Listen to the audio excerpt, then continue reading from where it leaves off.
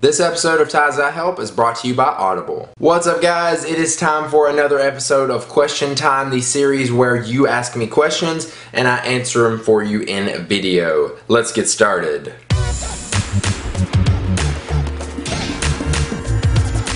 The first question comes from Liam Cookie. Hopefully I'm saying your name right. What are you most looking forward to in iOS 6? I've already got iOS 6 on my iPhone as well as my iPad, so I don't really have anything to look forward to in it except for Passbook. I'm really excited for that app because it's not on iOS 6 yet. It's just an icon and it doesn't do anything. That app lets you put all your gift cards and codes and boarding passes and stuff in there, and you just hold your phone up and scan it. I'm just excited for that. One thing that I love about iOS 6, which I wasn't anticipating I would like, is the new maps. Amazing. Love it. It's so much better for directions. It's turn-by-turn directions now. When you're going somewhere, it actually shows you where you need to turn, and it looks, because it's in 3D, you can actually see where you need to turn in relation to where you are. You can actually just tell. Another thing I like while I was using it earlier today, if you have your phone locked, it actually, when it's time for you to make a turn, it shows up on your lock screen. Your phone turns on, it doesn't unlock, but you can still see the animated turns on your home screen or on your lock screen. So that's amazing. Love the new maps. Chris Johnson says, do you think the Windows 8 tablets just released at the Microsoft conference have any chance of being a competitor to the iPad? So obviously, since it's not out yet, I haven't got a chance to try it and compare it to the iPad, but I think it's going to be really, really nice. I'm excited to play around with it and try Windows 8 on the Surface tablets. I think they're going to be really nice. I'm just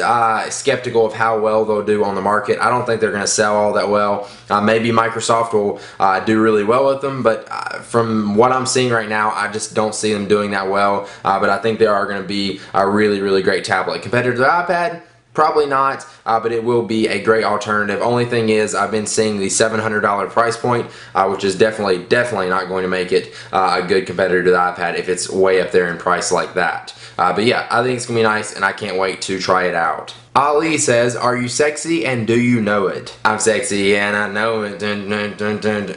Is anybody else freaking tired of that song? It has been way overplayed. Jack Cooper says, what is your iPad case called? On my iPad, I use the smart cover along with the Hyper Shield case on the back. Ignore how dirty it is. I think I did a video on this case a while back ago. Basically, the way it works is it covers up pretty much all of your iPad along with the smart cover, so it just leaves that little spot right there so you can attach the smart cover and you have full coverage of your iPad. It adds no thickness really, so it's pretty much the same thickness. It doesn't add that much protection. It does pretty good against scratches and stuff like that, but that's about it. I just like it because it covers up my iPad and I can use it with a smart cover. I like using a smart cover, but it doesn't cover the whole thing. But if you don't want to go get the Hyper Shield, Apple actually did just come out with a new case. They didn't really talk about it. It's called the Smart Case for the iPad, and it's pretty much looks exactly like this, except the smart cover and the case are all in one. So that way you can have a case that covers the whole thing and still the smart cover at the same time. So you can try either one. I don't know which one would be the best alternative or the best price or whatever, but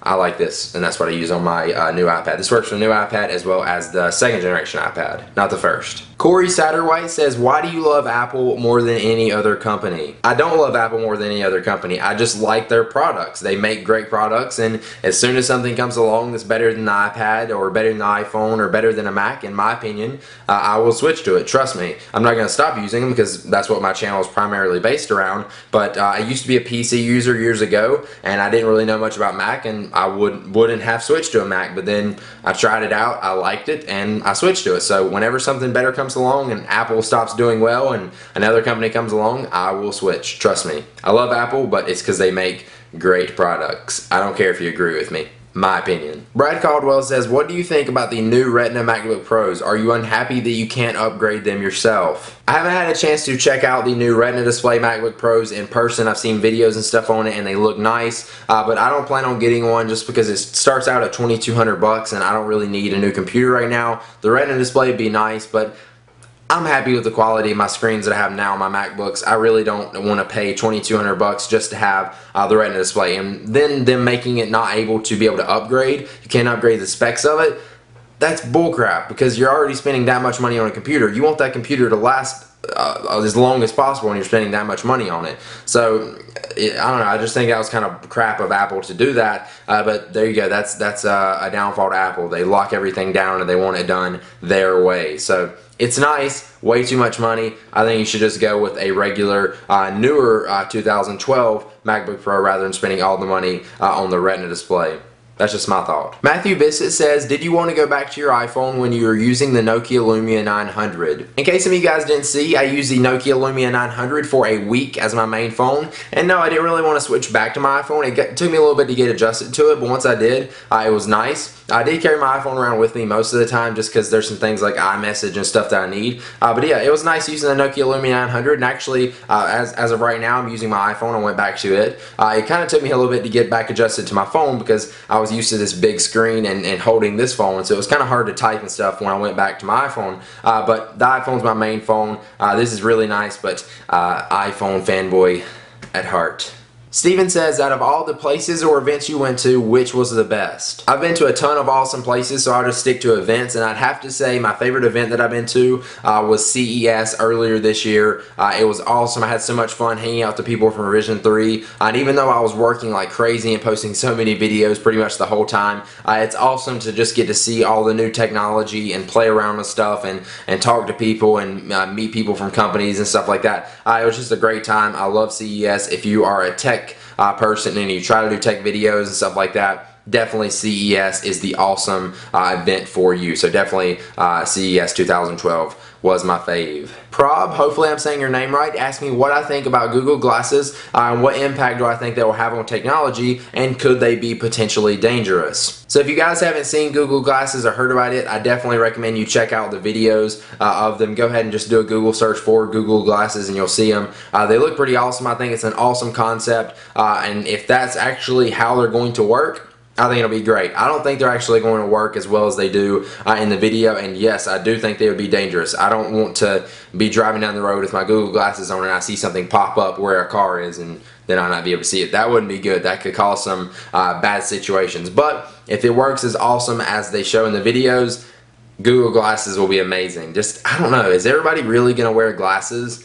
Like, I would rather just look at my phone and pull it out of my pocket when I want it rather than wear glasses around all the time to see it right in front of my eyes. And I feel like that would hurt your eyes too, like seeing a screen or seeing something right there at your eye. I don't know. Seems like an awesome concept, just I'm not too sure about it. I'll have to play with it myself. Brennan Fresh says, and by the way, if that's actually your last name, that's awesome. Do you think I should get the iPad because of Siri and the Retina display? I'm debating between a Galaxy Tab, Nexus tablet, and iPad. I definitely recommend you go with the new iPad, not just because it has the Retina display and Siri, just because it has the better overall user experience. And that's what matters to me. Specs and all that crap don't matter. It's way better than any other tablet out there, in my opinion. And Siri and the new Retina display is just an add-on to that. Definitely go with the iPad, and I suggest get the 4G LTE model with Verizon because it's awesome.